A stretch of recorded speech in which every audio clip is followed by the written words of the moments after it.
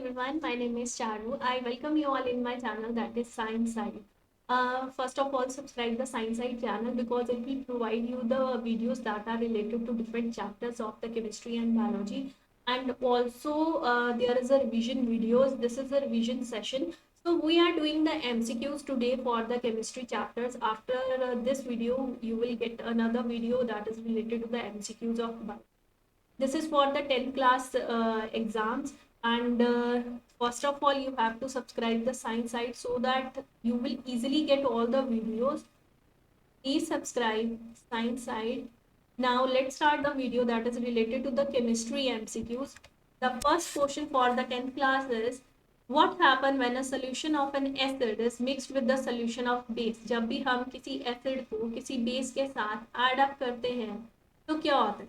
तो आपको options read करने के बजाय क्या करना है बच्चे, सबसे पहले तो अपना जो कंक्लूजन है वो यहाँ पे दीजिए कि क्या होता है जब एसिड और बेस आपस में रिएक्ट करते हैं। हमें इस रिएक्शन का नाम पता होना चाहिए, इसको बोलते हैं न्यूट्रलाइजेशन रिएक्शन। न्यूट्रलाइजेशन रिएक्शन से जब दोनों आपस में रिएक्ट करते हैं तब सॉल्ट की फॉर्मेशन होती है, वाटर की। क्योंकि हम एसिड को बेस के अंदर डाल रहे हैं, आपको पता है एसिडिक कैसी चीजें होती हैं, तो ये जो रिएक्शन है दिस इज हाईली एक्सोथर्मिक। इसमें बहुत ज्यादा हीट जो है रिलीज होती है जिससे टेम्परेचर जो है वो इंक्रीज हो जाता है। ये बात होगी, सॉल्ट की फॉर्मेशन होगी, इस रिएक्शन का नाम है न्यूट्रलाइजेशन। तो दीज आर द कंक्लूजन। अब देख लेते हैं कि क्या रिजल्ट लिखा है। Temperature of the solution decrease, decrease नहीं करता है बल्कि इंक्रीज करता है, यानी second option. Temperature of the solution remain the same, नहीं सेम की बात नहीं आई है। सॉल्ट की formation, yes there is salt formation. तो सेकंड एंड फोर्थ मुझे सही लग रहा है, यानी D option is the correct answer. यहाँ पे आपको आंसर दिख रहा है। Second question is which one of the following salt does not contain water of crystallization. water of crystallization का मतलब होता है कुछ फिक्स्ड नंबर ऑफ आपके जो वाटर मॉलिक्यूल्स हैं वो हम लगा देते हैं किसी कंपाउंड के साथ, किसी फॉर्मूला यूनिट के साथ, किसी फॉर्मूला यूनिट के साथ, यानी किसी कंपाउंड के साथ fix number of water molecule लगाने से उसको एक परफेक्ट क्रिस्टल की तरह हम देखते हैं, यानी उसका एक परफेक्ट ज्योमेट्री और शेप हम देखते हैं क्रिस्टल का। फॉर एग्जाम्पल कॉपर सल्फेट के जो क्रिस्टल्स होते हैं that is with the 5 water molecule. अगर हम जिप्सम की बात करें, कैल्शियम सल्फेट के जो क्रिस्टल्स हैं that is with the 2 water molecule जिसको हम बोलते हैं जिप्सम। ठीक है, ये कॉपर सल्फेट के थे, this is for the copper sulphate. Blue vitriol जिसको बोलते हैं सल्फेट, ठीक है, ब्लू कलर के क्रिस्टल्स होते हैं। इसके अलावा हाँ यहाँ पे लिखा है ये कॉपर सल्फेट के क्रिस्टल है, इसके साथ भी वाटर ऑफ क्रिस्टलाइजेशन होता है। बेकिंग सोडा NaHCO3 इसके साथ नहीं होता भाई। वॉशिंग सोडा Na2CO3 के साथ 10 वाटर मॉलिक्यूल्स होते हैं, तो इसके पास भी water of crystallisation.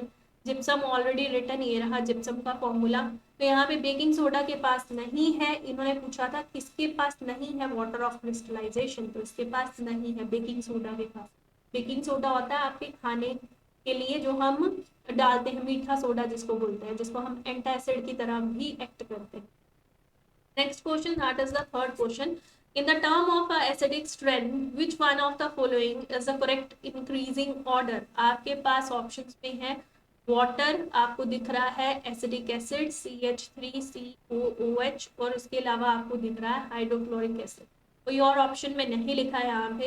As the हमें पता है कि एसिडिक स्ट्रेंथ उसकी सबसे ज्यादा होती है जो पानी में आयनाइज करने से मुझे H पॉजिटिव आयन जल्दी से रिलीज करके दे दे। अगर इनमें से बात करें तो बच्चे ये सबसे स्ट्रॉन्ग एसिड है HCl, ठीक है, ये मेरा वीक एसिड है और वाटर मेरा न्यूट्रल होता है। एज अब कंपैरिजन आसानी से कर सकते हैं, this is a strong acid, ये जल्दी से H पॉजिटिव आयन रिलीज करेगा, ये नहीं करेगा, ये पार्शली आयनाइज होता है वाटर में डिसॉल्व होने से, इसीलिए इसको कहते हैं हम वीक एसिड, तो ये दूसरे नंबर पर है, ठीक है। एंड देन न्यूट्रल आपका last. Now this is the correct option जो आपका ऑप्शन नंबर ए है, तो this is the answer. Next question, question number 4। What is formed when the zinc react with the sodium hydroxide? अगर हम zinc की reaction sodium hydroxide के साथ कर दें जो कि एक स्ट्रॉन्ग बेस है तो क्या बनेगा। This is a very important reaction, आपको डायरेक्ट याद रखना है कि सोडियम जिंकेट बनता है Na2ZNO2, this is the sodium zincate, ये बनता है, this is a salt. Plus hydrogen gas इसमें लिबरेट होती है यानी रिलीज होती है, और रिलीज के लिए आपको ऐसे लिख सकते हैं, आप ऐसे एरो बना सकते हैं। तो यहाँ पे sodium zincate and hydrogen gas is the correct answer, आप यहाँ लिख सकते हैं। जैसे जिंक का रिएक्शन करा है एल्यूमिनियम का सोडियम हाइड्रोक्साइड के साथ, रिएक्शन बहुत इंपॉर्टेंट है, रिजल्ट भी सिमिलर है। ठीक है, नेक्स्ट क्वेश्चन, आपके पास जो टोमेटो है उसमें natural source of which acid, उसमें कौन सा एसिड है? तो डिफरेंट हमारे पास होते हैं, जैसे आपकी बुक में टेरामिन लिखा है, जो इमली होती है उसमें बच्चे टार्टरिक एसिड होता है। ठीक है, हमारे पास जो खट्टे फ्रूट्स होते हैं जिनको हम सिट्रस फ्रूट्स बोलते हैं, जैसे कि आपके पास लेमन है, जैसे कि आपके पास ऑरेंज है, उनके पास सिट्रिक एसिड होता है। याद रखनी है ये बातें, सिट्रिक एसिड। जो जब हमें कभी जो आंट है, जो चींटी है वो काट जाए, तो आंट के स्टिंग में या बी के स्टिंग में हमारे पास होता है, हमारे पास नहीं उसके पास होता है फॉर्मिक एसिड, मिथेनोइक एसिड। हमें यहाँ पे हमें क्या पूछा था, टोमेटो में कौन सा है, तो टोमेटो में होता है ऑक्सैलिक एसिड। ठीक है, एसिडिक एसिड आपका जो है विनेगर, सिरका जिसको बोलते हैं, सिरके वाला अनियन खाते हैं ना जब भी रेस्टोरेंट में जाते हैं, बड़ा अच्छा लगता है खाने में, तो दैट इज अ विनेगर सिरका which contain 5 to 8% of acidic acid in water. Next question, ये देखिए डी आंसर आपके पास। नाउ नेक्स्ट क्वेश्चन, आपके पास जो ब्राइन होता है ना, आपने बहुत बार सुना होगा टीचर से कि ब्राइन को प्रिपेयर करते हैं। Now brine is what, aqueous solution of a sodium chloride, NaCl जो है, अगर आप उसको NaCl को वाटर में डिसॉल्व करें तब आपके पास ब्राइन बन जाता है। ठीक है, aqueous solution of a sodium chloride. Now see is the option. बाकी मुझे रीड करने की जरूरत इसलिए नहीं पड़ रही क्योंकि मुझे पता है कि करेक्ट आंसर क्या है, तो डायरेक्ट ऑप्शन में अपना चूज किया हुआ आंसर ढूंढिए। कंफ्यूजन लगती है तब आप थोड़ा सा सोच सकते हैं, जब कंफ्यूजन ही नहीं है तो डायरेक्ट आंसर है उसकी तरफ ध्यान दीजिए, टिक करिए, बात है। नहीं तो जितना कंफ्यूजन होगा MCQs में, टाइम वेस्ट उतना होता है। ठीक है, नेक्स्ट क्वेश्चन, आपके पास ये फॉर्मूला है, अब आपको पता होना चाहिए बेकिंग सोडा का फॉर्मूला, आपको पता होना चाहिए जिप्सम का फॉर्मूला। ठीक है, आपको पता होना चाहिए वॉशिंग सोडा का फॉर्मूला। अब वॉशिंग सोडा में वाटर ऑफ क्रिस्टलाइजेशन होता है Na2CO3.10 वाटर मॉलिक्यूल, इसमें वाटर ऑफ क्रिस्टलाइजेशन होता है, इसमें नहीं होता। आपको पता होना चाहिए कॉपर सल्फेट का फॉर्मूला, जिसको ब्लू विट्रोल कहते हैं हम, है ना, उसमें 5 वाटर मॉलिक्यूल्स होते हैं। तो यहाँ पे पता चल गया ये फॉर्मूला है, तो ये फॉर्मूला किसका था, अभी तो बोला वॉशिंग सोडा का, बेकिंग सोडा का, बीच में H आएगा। ब्लीचिंग पाउडर का CaOCl2, ये है ब्लीचिंग पाउडर का, बनता किससे ब्लीचिंग पाउडर, क्या कोई मुझे रिएक्शन बताएगा? What is the reaction that led to the formation of a bleaching powder and tartaric acid? ठीक है, A is the correct answer. Now next, how many water molecule does hydrated calcium sulfate contain? अगर calcium sulphate की बात करें तो इसमें कितने water molecule attach होते हैं, मतलब ये जिप्सम की बात कर रहे हैं तो जिप्सम में अटैच होते हैं 2 वाटर मॉलिक्यूल। ठीक है, इसका नेम बताइए कोई मुझे जल्दी से।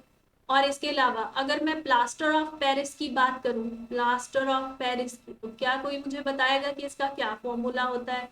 अभी किसका पूछा था, water molecule hydrated calcium sulphate में 2 वाटर मॉलिक्यूल, यानी D is the correct option.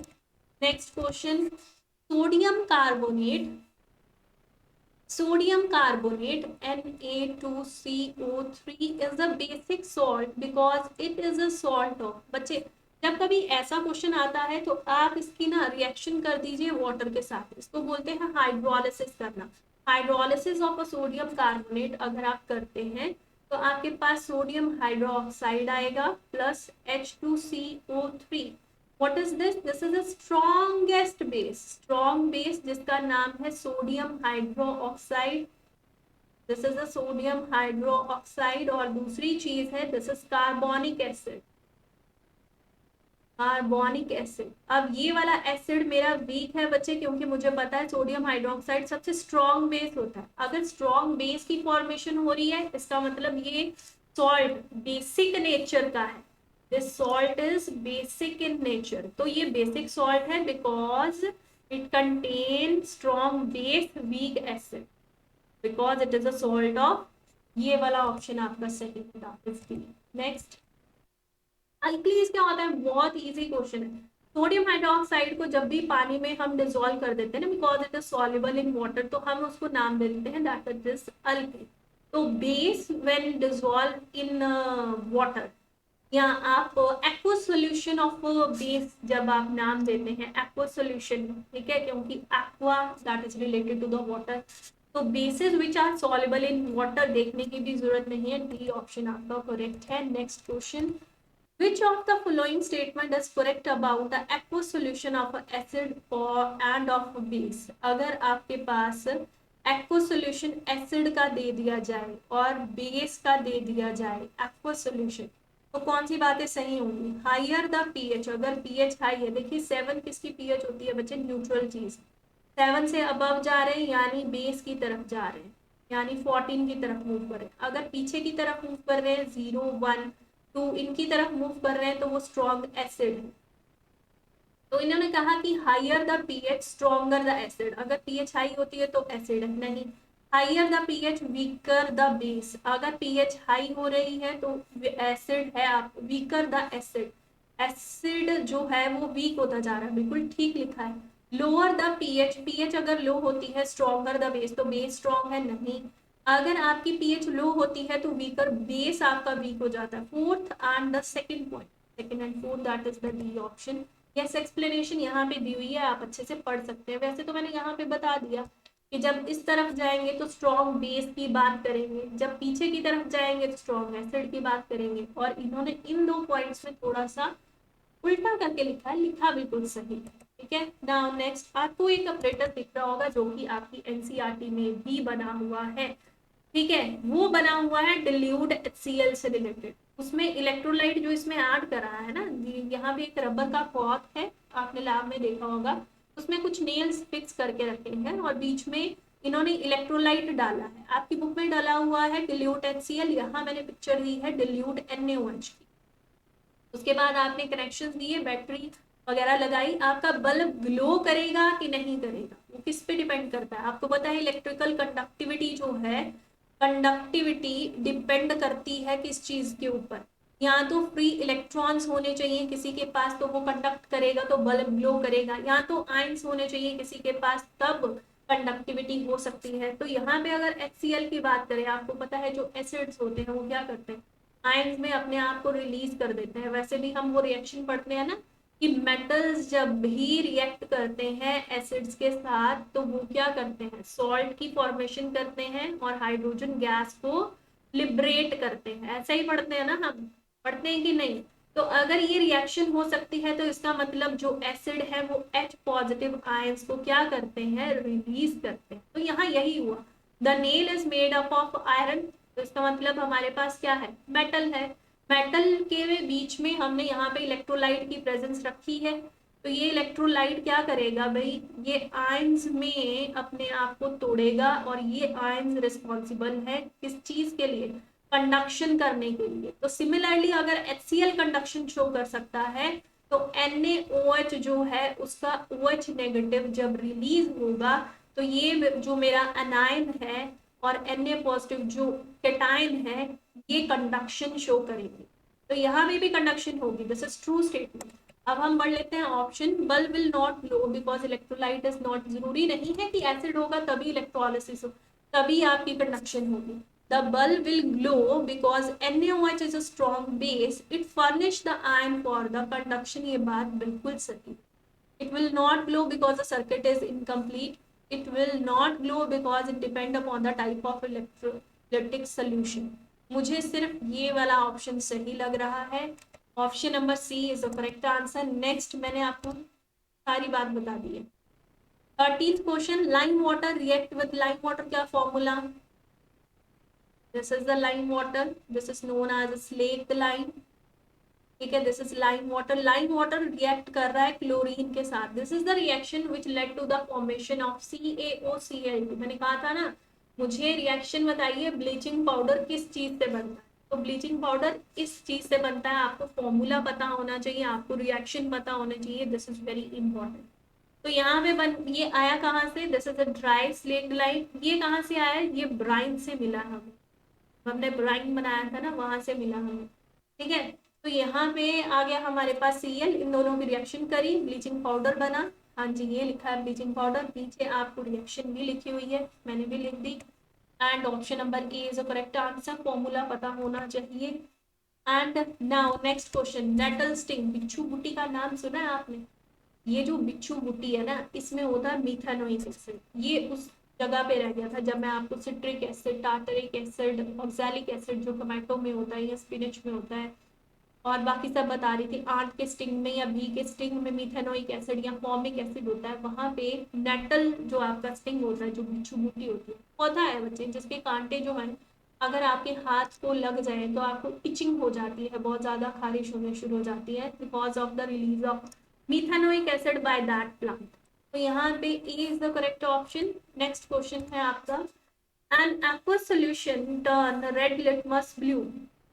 कोई सोल्यूशन है मेरे पास, एक्वस यानी पानी वाला सोल्यूशन है, जो रेड लिटमस को ब्लू में कन्वर्ट कर रहा है। अब मैंने कहा था देयर इज अ ट्रिक कि जब बेसिस की बात करते हैं तब बिटर वर्ड याद रखना है, जब बेसिस की बात करते हैं तो ब्लू कलर में चेंज हो जाना बनता है। तो ये तीनों वर्ड बी से हैं, याद रख सकते हो। तो बेसिक सोल्यूशन है कोई जो रेड लिटमस को ब्लू में कन्वर्ट कर रहा है। एक बात तो पता चल गई कि ये सोल्यूशन कैसा था, बेसिक सोल्यूशन।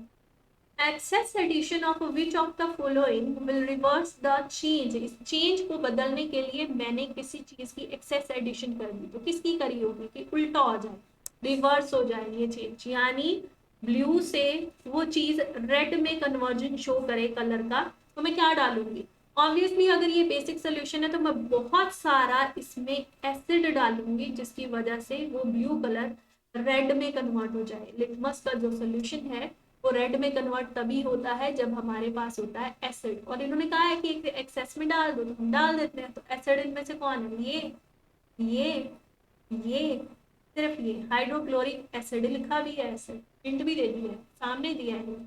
तो D is the option, correct option. Now next question, sodium hydroxide turn phenolphthalein is a very easy, very very easy question. जब इसमें हम फिनोल्फथालीन एज अ इंडिकेटर डालते हैं बच्चे तो इसका पिंक कलर आता है। तो मैंने कहा था हम भी अपने उसमें लैब्स में जाते थे और ब्यूरेट में हम नीचे कोनिकल फ्लास्क लेके अच्छे से और टाइट्रेशन करते थे और पिंक कलर आ जाता, तो बड़ा मजा आता। Now next question, A that is pink. अच्छा मुझे यहाँ पे एक बात बताइए, ये तो बेस था, बेस के साथ फिनोल्फथालीन को ऐड करा जो कि खुद कलरलेस है, जो कि खुद कलरलेस है, उसने पिंक कलर दे दिया। अगर मैं उसको एसिड में डालती तो कौन सा कलर आता, दो आंसर। अगर एसिड में डालेंगे तो phenolphthalein will change to what colour. Now next आपको आंसर देना है, ठीक है, ये आपका होमवर्क है। Chemical formula of the washing soda, washing soda का फॉर्मूला आंखें बंद करके, आंखें बंद करके लिख सकते हैं आप, ठीक है। तो देखिए कहाँ ये रहा। Next question, which of the following is not a acidic salt, नहीं है एसिडिक सॉल्ट, इसका मतलब कोई बेसिक सॉल्ट ढूंढना है आपको, तो ये तो वो एसिडिक नहीं होगा ना। तो ये ये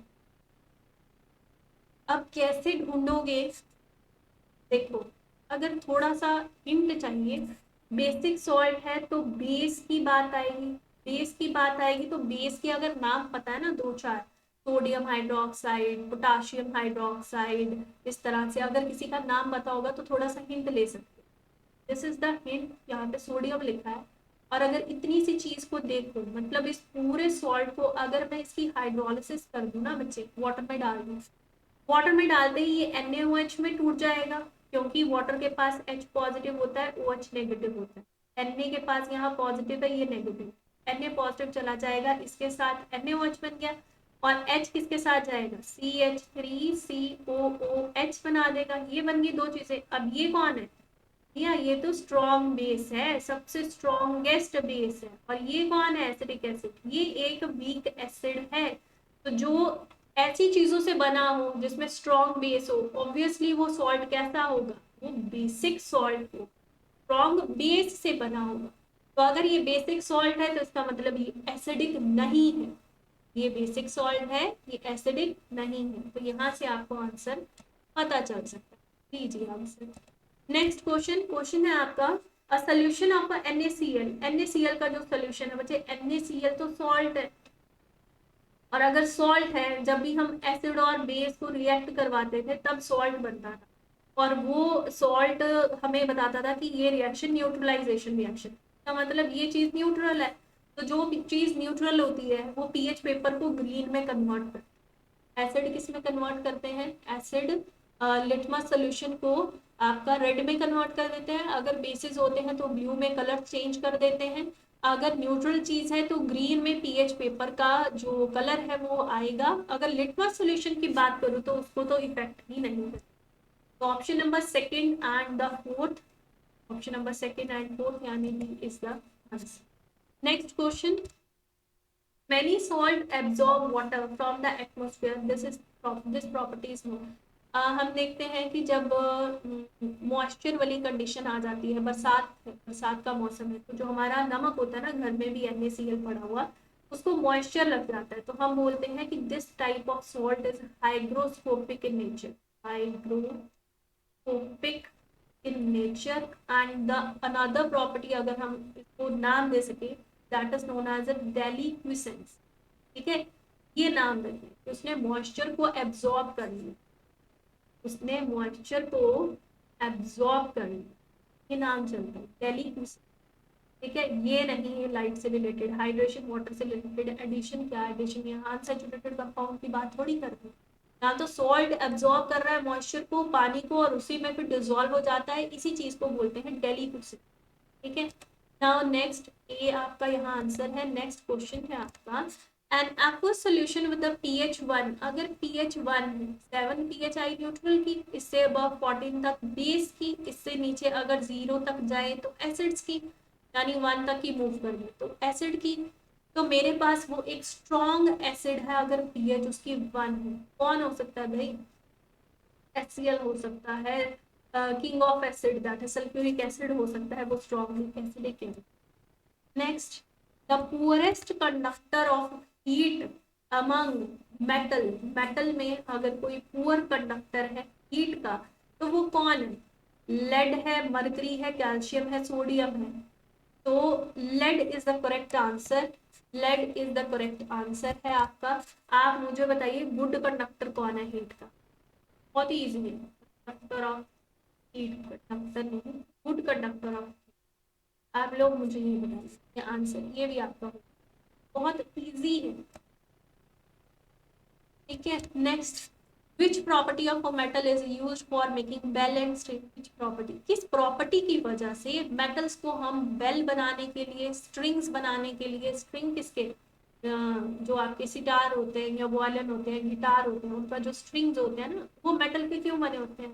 जब भी उनको बजाते हैं तो आवाज आती है, आवाज आना, the sound production is known as a sonorous property of the metals. अगर वो आवाज निकाल रहे हैं, घंटी की आवाज आती है जब बजाते हैं, इसका मतलब उनमें सोनरस साउंड प्रोड्यूसिंग प्रॉपर्टी है, इसलिए यहाँ पे ए ऑप्शन आपका करेक्ट आंसर है। बहुत इजी क्वेश्चन था। विच of the following is the correct arrangement of the given metal in ascending order for the reactivity? क्या किसी को reactivity series याद है? कैटरीना ने, कार, मांगी, ऑल्टो, जेन, फरारी, सुनकर, पब्लिक ने, हंसकर, पलटी, मारी, कहा, क्या देंगे? चांदी, सोना, प्लाटिनम, ये सब देने के लिए तैयार है भाई पब्लिक। तो इतना प्यार है ना बॉलीवुड से। तो यहाँ पे अब देखते हैं हम अपनी रिएक्टिविटी के अकॉर्डिंग सबसे ज्यादा असेंडिंग ऑर्डर में लगाना है भाई, सबसे ज्यादा जो है रिएक्टिविटी में रिएक्टिव कौन है इनमें से? तो यहाँ पे मुझे दिया है जिंक, ये रहा जिंक, मुझे दिया है आयरन, तो ये रहा आयरन, मुझे दिया है मैग्नीशियम, तो मैग्नीशियम सबसे ज्यादा मिल गया मुझे, और दिया है सोडियम मिल गया मुझे। तो सबसे ज्यादा आएगा भाई सोडियम, फिर आएगा मैग्नीशियम, फिर आएगा जिंक, और फिर आयरन। तो मेरा डी ऑप्शन मैच कर रहा है, तो यहाँ पे मेरे को मिल गया answer. Next question, Al2O3 aluminium का ऑक्साइड, ये आगे वही रिएक्शन जब मैंने कहा था कि जिंक जो है वो रिएक्ट कर रहा है सोडियम हाइड्रोक्साइड के साथ, तो क्या बनता है? सोडियम जिंकेट बनता था। यहाँ पे फिर से वही है कि बेस के साथ आपका ये एल्यूमिनियम का ऑक्साइड। अच्छा, यहाँ पे क्या शो हो रहा है भाई? ये एम्फोटेरिक नेचर का है, ये भी याद रखना। ये क्वेश्चन भी बहुत बार आता है कि एम्फोटेरिक नेचर के कौन कौन है, एक जिंक और एक एल्यूमिनियम, ये एसिड्स के साथ भी रिएक्ट करते हैं, वो खुद बेस की तरह एक्ट कर रहे हैं, बेसिस के साथ भी रिएक्ट कर जाते हैं, खुद एसिड की तरह रिएक्ट कर। तो यहाँ पे इसका ये ऑक्साइड बेस के साथ रिएक्ट कर रहा है, इसका मतलब यहाँ पे इसकी नेचर एसिडिक है। तो ये दोनों जब भी रिएक्ट करेंगे तो सोडियम एल्यूमिनेट बनाएंगे, सोडियम एल्यूमिनेट बनाएंगे। अब ढूंढिए formula, NaAlO2, sodium aluminate, this is the formula. C option is the correct answer.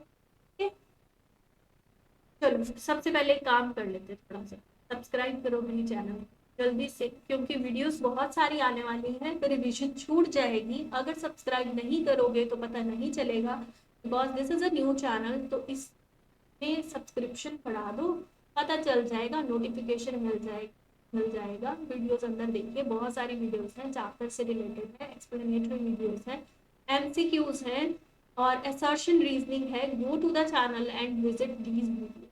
Okay. Now next question, that is 26. Which of the following pair will give displacement reaction? कौन show करता है भाई? Reactivity series के according देख लेते हैं, तो दोबारा से बना ले रिएक्टिविटी सीरीज। चलो बना लेते हैं।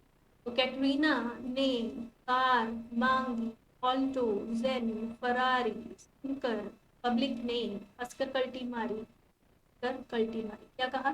चांदी, सोना, प्लाटिनम देंगे। ठीक है, ये देने को तैयार है भाई पब्लिक। तो अब हम देख लेते हैं हमें क्या दिया है। एक दिया है आयरन का सल्फेट, ठीक है, और उसको डिस्प्लेस करने वाला कॉपर। कॉपर तो नीचे है तो डिस्प्लेसमेंट नहीं होगी। नाउ नेक्स्ट आपके पास है सिल्वर नाइट्रेट, सिल्वर का नाइट्रेट, ठीक है, अच्छी बात है। इसको डिस्प्लेस करेगा कॉपर, तो कॉपर अबव है, यस, यहाँ पे डिस्प्लेसमेंट बन सकता है। और कोई देख लेते हैं, कॉपर सल्फेट है, ये रहा कॉपर सल्फेट है, इसको डिस्प्लेस करने वाला सिल्वर है, तो सिल्वर तो नीचे है, यहाँ पे डिस्प्लेसमेंट नहीं होगी। NaCl और कॉपर मेटल, NaCl जो सबसे ज्यादा रिएक्टिव है और उसको डिस्प्लेस करने वाला कॉपर जो सबसे नीचे है, बिल्कुल डिस्प्लेसमेंट नहीं, क्योंकि वो दोनों तो एक दूसरे का साथ छोड़ेंगे। जितना ऊपर होगा मेटल वो उतना रिएक्टिव होगा। अब ये इसके साथ जुड़ा है तो ये साथ नहीं छोड़ेगा, क्योंकि ये बहुत ज्यादा रिएक्टिव है, it is a highly reactive, तो ये साथ नहीं छोड़ेगा। तो नीचे वाला अकेला मेटल कहाँ से डिस्प्लेस करेगा? नहीं डिस्प्लेस कर सकता। अब ये दोनों, इसलिए कॉपर सल्फेट था ऊपर, ठीक है, कॉपर नहीं आपका सिल्वर नाइट्रेट था नीचे, कॉपर ऊपर है अकेली मेटल, तो कॉपर इज मोर रिएक्टिव, सामने दिख रहा है। सिल्वर नाइट्रेट का वो डिस्प्लेसमेंट आराम से कर सकता है, तो मेरा बी ऑप्शन यहाँ पे करेक्ट आंसर। जितनी ऊपर होगी ना मेटल, वो नीचे वाले कंपाउंड को उतनी जल्दी जो है डिस्प्लेस कर देगी। अगर यहाँ पे उल्टा होता ना, ये NaCl के बजाय मेरे पास जिंक क्लोराइड होता और पूछा होता कि Na डिस्प्लेस कर सकता है, तो हाँ मैं बोलती कि ये इसको डिस्प्लेस कर सकता है। अकेली मेटल जो ऊपर होने चाहिए, जो हाईली रिएक्टिव है, वो नीचे वाले किसी कंपाउंड को डिस्प्लेस कर सकती है। तो बी ऑप्शन यहाँ पे करेक्ट आंसर था। नेक्स्ट क्वेश्चन पे आ रही हूँ मैं। Non metals form covalent chloride, जो नॉन मेटल्स है ना, जैसे हाइड्रोजन है या कार्बन है, नाइट्रोजन है, जो बाकी नॉन मेटल्स है ना, वो कोवलेंट क्लोराइड्स बनाते हैं। ठीक है, तो नॉन मेटल्स आपको पता है वैसे ही कोवलेंट बॉन्ड बनाते हैं, हमने देखा था। ठीक है, कार्बन कोवलेंट बॉन्ड बनाता है, क्योंकि कार्बन जो है वो शेयरिंग में बिलीव करता है। आउटर मोस्ट इलेक्ट्रॉन्स को वो ना किसी को गेन करवाता है ना लूज करवाता है, बल्कि शेयरिंग करवाता है। इसी तरह से हाइड्रोजन, ठीक है, लूज कर देगा वैसे ही जीरो हो जाएगा। ठीक है, तो ये भी क्या करता है? शेयरिंग में बिलीव करता है, they can share electron with, हाँ, तो ये मुझे गिव नहीं करता, कैन गिव नहीं करता, कैन नॉट शेयर, शेयरिंग करता है तभी तो कोवलेंट कंपाउंड बन रहा है ना। तो यहाँ भी यही ऑप्शन मुझे सही लग रहा है कि ये शेयर करते हैं इलेक्ट्रॉन, शेयरिंग से बनता है covalent bond with the chlorine. ठीक है, B option. Now next, which of the following oxide of iron obtain on prolonged reaction with the steam? देखिए हमने कुछ रिएक्शंस पढ़ी थी, बहुत इंपॉर्टेंट। हमने पढ़ा था कि सोडियम जो है वो कोल्ड वाटर के साथ रिएक्ट करता है, कैल्शियम कोल्ड वाटर के साथ रिएक्ट करता है, मैग्नीशियम मैगी बनती है हमेशा हॉट वाटर में। ये रिएक्शंस बहुत इंपॉर्टेंट है। हॉट वाटर में मैगी बनती है हमें। लेकिन आयरन की जब बात हुई थी तो आयरन बच्चे स्टीम के साथ रिएक्ट करता है, लेकिन आपने लिखना इसी तरीके से कि वाटर है लेकिन गैसियस फेस में है, then iron react with it, it led to the formation of Fe3O4, Fe3O4, that is this one. अब वो हटाना पड़ेगा मुझे जो मैंने लिखा है, ये रहा। ठीक है, ठीक है। Ferric oxide, the process in which carbonate ore is strongly heated in absence of air। अगर किसी को याद हो रोस्टिंग और कैल्सिनेशन वाली बातें, तो वो इस क्वेश्चन को बहुत आराम से कर सकते हैं। रोस्टिंग का मतलब होता है रोस्ट करना, मैंने कहा था चने रोस्ट कर रही हूँ मैं फ्राई पैन में, और मैं उछाल उछाल के गर्मा गर्म किसी को दे रहे हैं मुझे वो भुने हुए चने। तो रोस्ट करना यानी किसी को भून लेना पैन में डाल के, जैसे मैं इमेजिन करती हूँ in the presence of oxygen, मैं ऐसे पैन को उछाल रही हूँ ना, तो in the presence of oxygen I am roasting my chana. ठीक है, this is roasting and the heating is done in the presence of oxygen, then roasting is done. जब भी आप heating in the presence of oxygen कर रहे हैं तो वो जो कंपाउंड होगा उसके साथ ऑक्सीजन की एडिशन हो जाएगी। फॉर एग्जाम्पल मरकरी का सल्फाइड है, उसकी आप रोस्टिंग कर रहे हैं तो वो मरकरी के ऑक्साइड में कन्वर्ट हो जाएगा। फॉर एग्जाम्पल कॉपर का सल्फाइड है, आप उसकी रोस्टिंग कर रहे हैं तो वो कॉपर के ऑक्साइड में कन्वर्ट हो जाएगा, ऐसे ही होगा ना। जब हम कैल्सिनेशन की बात करते हैं तब हम बात करते हैं कि किसी का कार्बोनेट है, फॉर एग्जाम्पल जिंक का कार्बोनेट है, और जिंक के कार्बोनेट को आप हीट करते हैं in the absence of air. अब वहां पे एयर नहीं है या तो लिमिटेड एयर है, तब वो कन्वर्ट हो जाता है ऑक्साइड में, अभी भी ऑक्साइड में कन्वर्जन होगी। लेकिन हम बात करते हैं कार्बोनेट की heating in absence of air, then it is known as a calcination. ठीक है, कैल्सिनेशन वर्ड कार्बोनेट से मैच करना है। Calcination in absence of air, roasting in presence of oxygen. ठीक है, तो यहाँ पे भी ऑक्साइड बना, फिर उस ऑक्साइड की क्या की जाती है, रिडक्शन। यहाँ पे भी ये दोनों ऑक्साइड जो है इनकी क्या करनी है, रिडक्शन। रिडक्शन से हम मेटल को एक्सट्रैक्ट कर लेते हैं। ठीक है, तो this is known as the in absence of air, वो भी कार्बोनेट का ओर था तो आप कैल्सिनेशन, यानी सी ऑप्शन। नेक्स्ट क्वेश्चन है आपके पास एक्स वाई जेड तीन एलिमेंट्स हैं।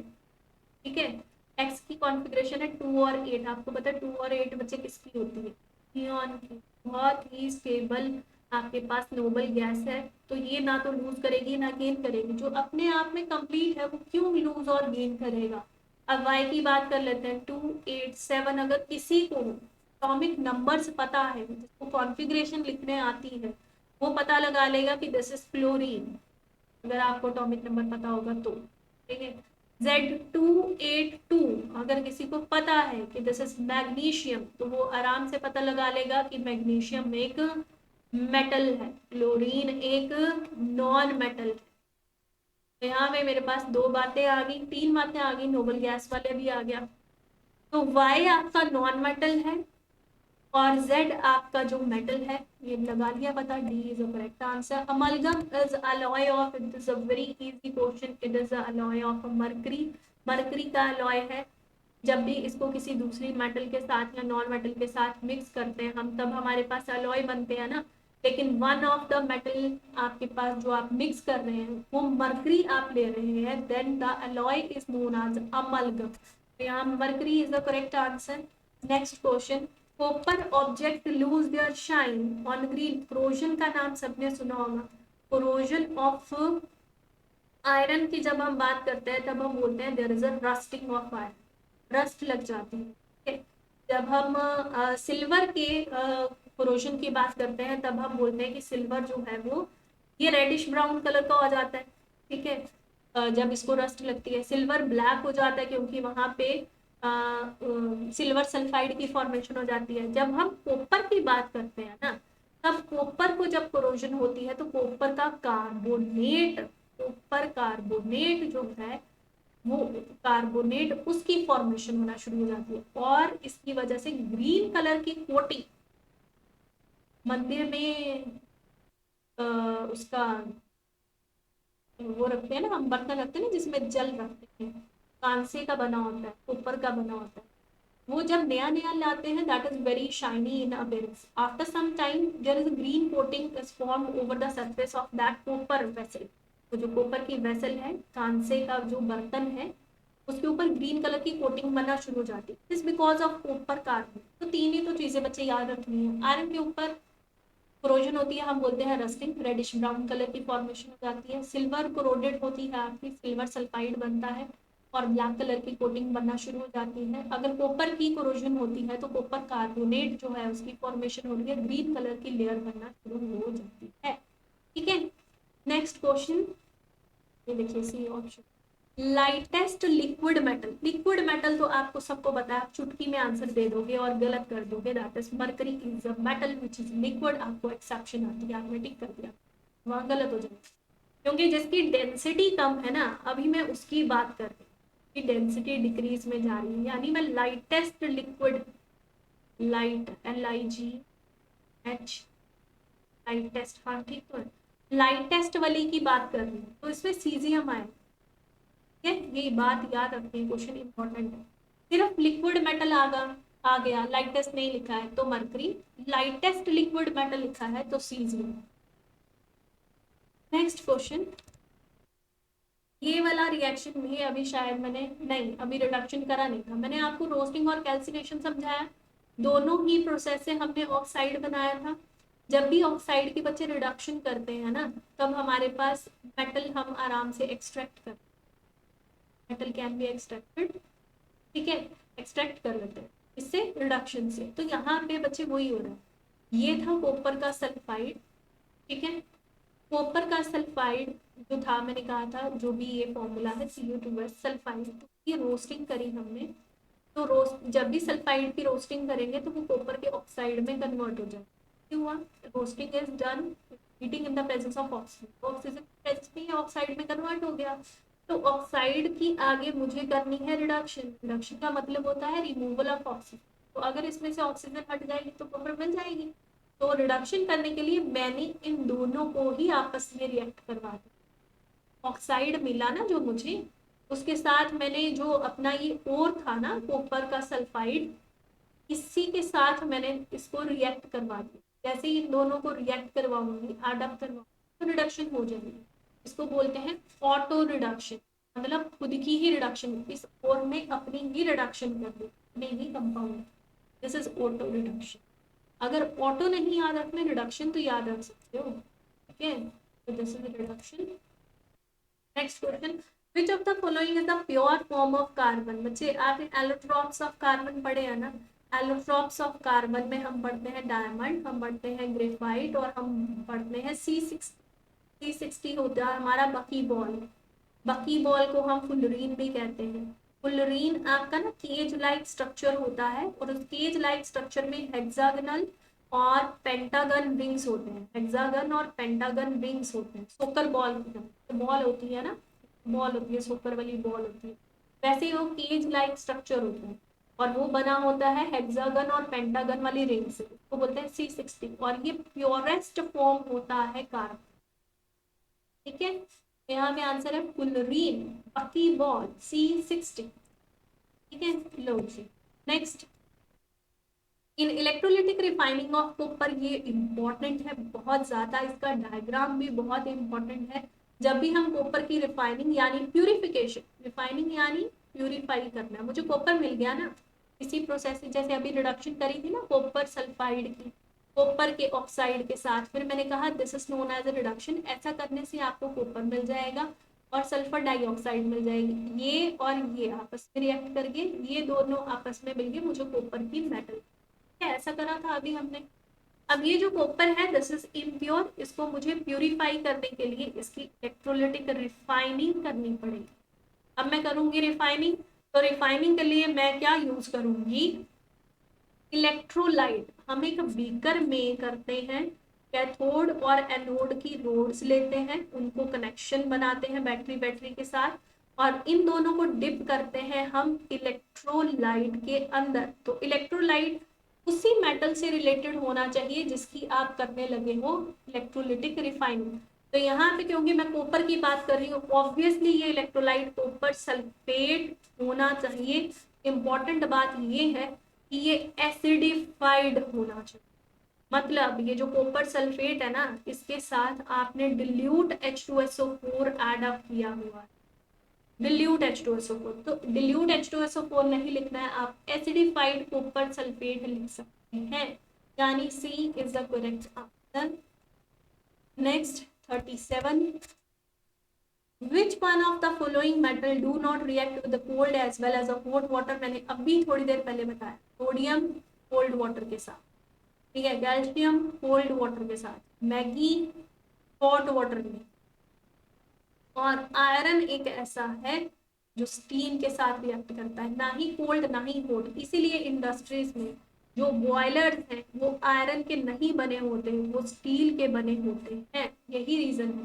नहीं तो आयरन वो बॉयलर की स्टीम के साथ ही रिएक्ट करके धीरे धीरे बॉयलर ही खत्म कर देगी, है ना, किसी दिन पानी बाहर आ जाए, गर्म पानी, है ना, तो इसलिए वो स्टील के बने होते हैं, वो आयरन से नहीं बने होते।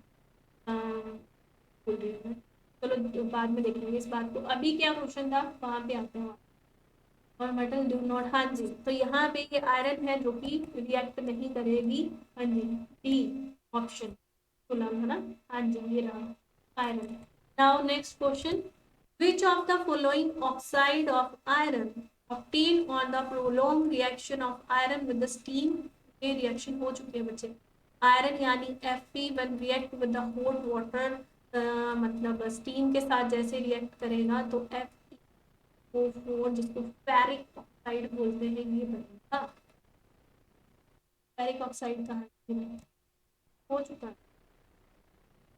Generally metals react with acid to give salt and the hydrogen. ये बहुत इंपॉर्टेंट रिएक्शन है। जब भी आपकी जो मेटल्स हैं, मैं एक एग्जांपल लिख देती हूँ, zinc react with the hydrochloric acid, it led to the formation of zinc chloride, यानी कि सॉल्ट बनेगा प्लस हाइड्रोजन गैस जो है वो लिबरेट होगी, तो लिबरेशन के लिए ऐसे एरो बना दिया। विच ऑफ द फ्लोइंग एसिड, लेकिन ऐसा कौन सा एसिड है जो हाइड्रोजन गैस को लिबरेट नहीं करता, वो सिर्फ लिबरेट करता है तो मैंगनीज और मैग्नीशियम के साथ। ये आपकी एनसीईआरटी में डायरेक्ट इसी तरीके से दिया हुआ है। तो इसमें आंसर है आपका नाइट्रिक एसिड, क्योंकि नाइट्रिक एसिड बहुत स्ट्रॉन्ग ऑक्सीडाइजिंग एजेंट है। तो नाइट्रिक एसिड जो है जैसे ही मेटल के साथ रिएक्ट करता है ना, तो ये क्या करता है, हाइड्रोजन गैस लिबरेट ही नहीं करेगा। नाइट्रिक एसिड जो HNO3 है ना, वो लिबरेट होने वाली हाइड्रोजन गैस को ही ऑक्सीजन प्रोवाइड करके वाटर की फॉर्मेशन कर देता है। It does not liberate the hydrogen gas, it will form the water as compared to the hydrogen gas। तो इस तरीके से रिएक्शन चलती है, ये ऑक्सीडाइजिंग एजेंट की तरह एक्ट करता है, एजेंट। तो यहाँ पे ये रिएक्शन चलेगी, सी ऑप्शन आपका करेक्ट आंसर है। 40 क्वेश्चन आपका है 40th, which of the following is not ionic compound. इसमें आयनिक कंपाउंड में तो कौन सा नहीं है बच्चे, आयनिक कंपाउंड देखिए जब भी नाम आता है ना तो सोडियम को फटाफट से पकड़ लेते हैं, sodium chloride, this is the common example जो आपको हमेशा याद रहती है, मेरे ख्याल से कभी नहीं भूलती। तो अगर सोडियम क्लोराइड है तो पोटाशियम क्लोराइड भी हो सकता है, कैल्शियम क्लोराइड भी हो सकता है। तो sodium, lithium, sodium, potassium, rubidium, caesium, इस तरह से कुछ एग्जाम्पल्स याद कर लेंगे। ये हो गया। अब अगर मैं आयनिक कंपाउंड नहीं की बात करती है तो इसका मतलब मुझे ढूंढना है कोवलेंट कंपाउंड। कोवलेंट कंपाउंड बनते हैं शेयरिंग से, और जो नॉन मेटल्स हैं अगर उनकी तरफ मैं चली जाऊं, जैसे कार्बन की तरफ मैं चली जाऊं, तो कार्बन शेयरिंग से कोवलेंट बॉन्ड की फॉर्मेशन करता है। तो मुझे कार्बन यहाँ दिख रहा है, मुझे HCl दिख रहा है, क्योंकि हाइड्रोजन भी क्लोरीन के साथ, अगर कार्बन क्लोरीन के साथ कोवलेंट बॉन्ड बनाता है तो हाइड्रोजन एक नॉन मेटल है, वो भी, ये तो मेटल है ये भी मेटल है, तो ये आयनिक बनाएगी, ये दोनों कोवलेंट बनाएंगे। तो सेकंड और थर्ड ढूंढिए कहाँ है, ये रहा ऑप्शन, ये रहा बी ऑप्शन, सेम भी कर दिया। Next question, which of the following metal exist in the native state. Native यानी फ्री स्टेट, फ्री स्टेट में होती हैं हमारे पास जो lower in the activity series, lower in the activity series, जो किसी के साथ रिएक्ट नहीं करते, अपने आप को अपने आप को क्या समझती है भाई, इसे रिएक्ट नहीं करेंगे, हमारा भी कोई वो है ना। तो ये है गोल्ड, ये है सिल्वर, ये है आपका प्लाटिनम, और ऊपर भी ले सकते हैं, वो भी lower in the activity series है। तो यहाँ पे अभी मेरे पास ये और ये आराम से मुझे दिख रहे हैं, तो इन तीनों को पहले दिख, यानी मैं सेकंड और फोर्थ के साथ जाऊंगी, सेकंड एंड फोर्थ, तो सी ऑप्शन के साथ जाऊंगी, दैट इज करेक्ट। क्योंकि ये अपने आप में ना आपको पता है हमने रिंग्स पहनी होती हैं या चेन्स पहनी होती हैं, तो आपको लगता है कि वाटर के साथ अगर पानी में डिप कर देंगे गोल्ड को तो रिएक्ट कर जाएगी, या ऑक्सीजन की प्रेजेंस में अपना गोल्ड और सिल्वर पहन के रखते हैं वो रिएक्ट करते हैं? नहीं, दीज आर नॉन रिएक्टर, मतलब वो फ्री स्टेट में पाए जाते हैं। Next question 42, metals are refined by using different method, उनको डिफरेंट मेथड से हम रिफाइनिंग करते हैं हम। Which of the following metal refined by the electrolytic refining अभी करी, मैंने कहा था बीकर लिया आपने, रोड्स ली, कैथोड एनोड, आपने इलेक्ट्रोलाइट लिया, तो मैंने किसकी बात करी? कॉपर की। तो जैसे कॉपर वैसे ही सिल्वर, वैसे ही गोल्ड, वैसे ही प्लैटिनम, ये जो मेटल्स है ना इनकी इलेक्ट्रोलिटिक रिफाइनिंग कर सकते हैं। तो गोल्ड, कॉपर, नहीं, ये हाईली रिएक्टिव है, इनकी बात नहीं करते। ठीक है, तो कौन है मेरे पास second and first and second, ये रहा ऑप्शन नंबर एक में चलते हैं। Generally metals are solid in nature, metal solid nature की होती है ना। Which one of the following metal is found in liquid state में, कौन सी मेटल होती है लिक्विड स्टेट में? मरकरी होती है, तो बहुत आसान। 44, which of the following metal obtained by the electrolysis of their chloride in their molten state, molten state में जो उसका क्लोराइड है, फॉर एग्जाम्पल NaCl की हमने करी थी मोल्टन स्टेट में इलेक्ट्रोलिसिस, ये तो बुक में भी है इलेक्ट्रोलिसिस, तो हमें ढूंढना है Na, हाँ जी दिया है। अगर Na की बात करें तो potassium, calcium, lithium, sodium, potassium, calcium, और इससे रिलेटेड जो आसपास है इसके, तो मैं कैल्शियम के साथ नहीं जाऊंगी, इन दोनों के साथ नहीं जाऊंगी, तो मैं फर्स्ट और सेकंड के साथ जाऊंगी, ये रहा। तो ये रहा आपका D option. Next, which one of the following four metal will be displaced from the solution of the salt by the other three metals, बाकी तीन metals के द्वारा डिस्प्लेस होने वाली किसी एक मेटल का आपको नाम बताना है। तो अगर मैं रिएक्टिविटी सीरीज देखूं, मैं फिर से नहीं लिखूंगी, आपको पता होनी चाहिए अब। तो यहाँ पे सबसे lower in the activity series है silver, low reactive as compare to the other three, है ना, इससे इससे इसके कंपैरिजन में। तो ये मुझे ऑप्शन सही लग रहा है कि मैं अगर सबसे नीचे जाऊं तो मेरे पास गोल्ड, सिल्वर और प्लैटिनम इस तरह से आते हैं, तो ये तो नीचे चला गया, तो ये तीनों द्वारा डिस्प्लेस हो जाएगी, displaced from the solution of it salt by the other three metals. ठीक है, तो बाकी सब, अगर मेरे पास सिल्वर क्लोराइड है AgCl, तो AgCl जो है वो डिस्प्लेस हो जाएगा, अगर मैं ये डालूंगी तब भी, ये डालूंगी तब भी, ये डालूंगी तब भी, तो B is a correct. Next question है आपका, C3H8 belong to the homologous series of, अब मुझे होमोलोगस सीरीज बताइए सबसे पहले तो क्या होती है। होमोलोगस सीरीज का मतलब होता है जिसमें ना आप सेम फंक्शनल ग्रुप लगा लीजिए, सेम फंक्शनल ग्रुप। ठीक है, जैसे मैं एल्केन्स की बात करूं तो एल्केन में मैं बच्चे मिथेन, फिर मिथेन के बाद मैं लिखूंगी इथेन, फिर इथेन के बाद मैं लिखूंगी प्रोपेन। तो ऐसा क्यों लिखती हूँ मैं? क्योंकि इन दोनों के बीच में या इन दोनों के बीच में बच्चे डिफरेंस होता है सिर्फ CH2 यूनिट का, इन दोनों के बीच में डिफरेंस होता है सिर्फ 14 यूनिट का। ठीक है, इतना सा डिफरेंस होता है, मतलब मीथेन का फॉर्मूला है CH4, तो CH2 यूनिट बढ़ा दो मतलब C2 कर दो, H6 कर दो। अगर मैं ऐसे कर दूं तो this is the formula of ethane, बस मैं फिर से CH2 और बढ़ा दो यानी C कर दो, H6 था उसमें 2 और बढ़ा दो यानी 8 कर दो, तो दिस इज प्रोपेन। ट्राई करना, आपको फॉर्मूले देखो कितने आराम से आ जाएंगे लिखने। तो अगर एल्केन है, मीथेन से इथेन, इथेन से प्रोपेन, CH2 यूनिट का डिफरेंस है, तो इन सब में सिमिलैरिटी है किस चीज की, कि ये सेम फंक्शनल ग्रुप को बिलोंग करते हैं, तो इनकी केमिकल प्रॉपर्टीज भी सेम है, तो इनकी केमिकल प्रॉपर्टी सेम है। तो अगर इनकी केमिकल प्रॉपर्टी सेम है तो मैं इनको बोलूंगी कि these are homologous series, they have a difference of only CH2 unit या 14 यूनिट का डिफरेंस।